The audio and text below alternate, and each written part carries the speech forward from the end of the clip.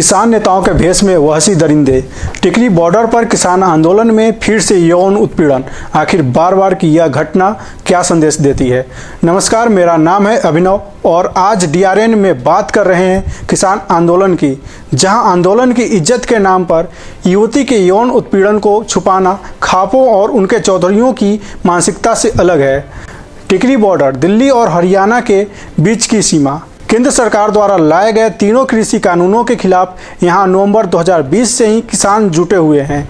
इस प्रोटेस्ट में शामिल रही एक लड़की की 30 अप्रैल को मौत हो गई। कोविड-19 से अब सामने आया है कि उसके साथ यौन शोषण किया गया था।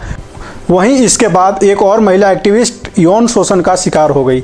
जब से किसानों ने आंदोलन शुरू किया है, टिकरी में यह ऐसी दूसरी घटना है। मिली जानकारी के अनुसार किसानों के बीच कोरोना को लेकर जागरूकता के कार्यक्रम के लिए बाहर से बुलाई गई एक्टिविस्ट के साथ युवा किसान नेताओं ने घिनौनी हरकत की। आरोप है कि शिकायत के बाद भी किसान नेताओं ने आरोपियों के खिलाफ कोई एक्शन नहीं लिया। यहाँ किसान नेताओं के भेष में दरिंदों ने मानवता और इंसानियत को तो तार तार किया ही है। दरिंदों को बचाने के लिए टिकरी बॉर्डर पर कथित किसान नेताओं ने जो किया वह भी शर्मसार करने वाला है।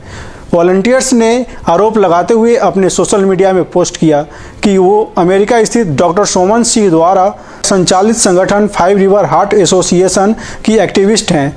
बहादुरगढ़ बाईपास के सेक्टर 9 स्थित कैलिफोर्निया के नाम से जाने जाने वाले आंदोलनकारी किसानों के विरोध स्थल पर डॉक्टर सोमन सिंह अपना अस्थायी अस्पताल चला रहे हैं। वॉलंटियर्स ने आरोप लगाया कि उन्होंने डॉक्टर को इसके बारे में जानकारी दी थी, लेकिन उन्होंने कार्रवाई करने से परहेज किया। डॉक्टर सुलेमान सिंह एसकेएम के साथ कोऑर्डिनेशन में काम कर रहे हैं, इसलिए वह किसान नेताओं और आंदोलन की छवि खराब करने को तैयार नहीं थे। इसके अलावा किसान नेताओं ने इस मामले में कोई टिप्पणी नहीं की। पीड़िता के अनुसार ऐसी कई मामले हैं जिन्हें दबाया जा रहा है। इस मामले में पुलिस ने 6 लोगों के खिलाफ एफआईआर दर्ज की है। इसमें 2 महिलाएं भी शामिल हैं। इनके खिलाफ आईपीसी की धारा 365, 342, 354, 376D और 120B के तहत गैंग रेप, अपहरण, ब्लैकमेलिंग और बंधक बनाकर रखने का मामला दर्ज किया गया है। इन सभी मामलों में संयुक्त किसान मोर्चा ने कहा कि वो विक्टिम के साथ खड़ा है। मामला सामने आने के बाद मोर्चा की टिकरी कमेटी ने फैसला किया और 5 मई को ही किसान सोशल आर्मी के टेंट और बैनर हटा आरोपियों को आंदोलन से बहिष्कृत और सामाजिक बहिष्कार की घोषणा भी की गई है।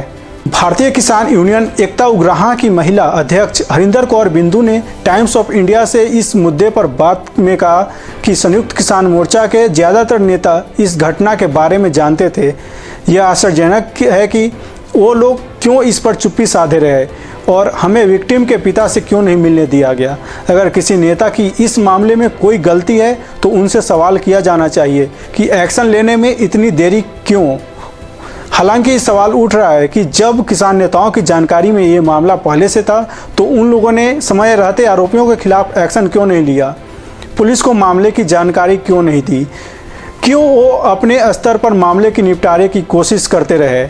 जब 25 अप्रैल को आरोपियों ने विक्टिम को किडनैप करने की कोशिश की तब ही क्यों उनका बहिष्कार किया गया और उनके टेंट बैनर उखाड़े गए। 5 मई यानी 10 दिन बाद ये कार्रवाई क्यों की गई।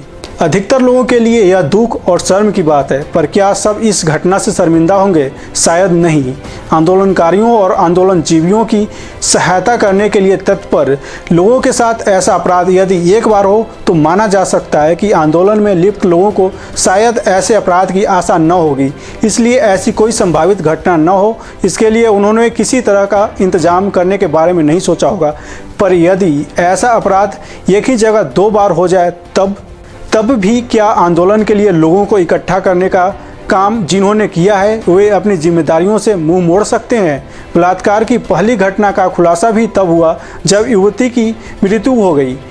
यदि ऐसा न होता तो शायद उस अपराध की जानकारी बाहर न आती। चिंता का विषय यह था कि जब बातें सामने आना शुरू हुई तब पता चला कि न केवल योगेंद्र यादव को बल्कि उनकी पत्नी को भी अपराध की जानकारी पहले से थी और पुलिस के पास जाने की जगह ये लोग लड़की के पिता को साधने में लगे रहे ताकि बातें बाहर न आए।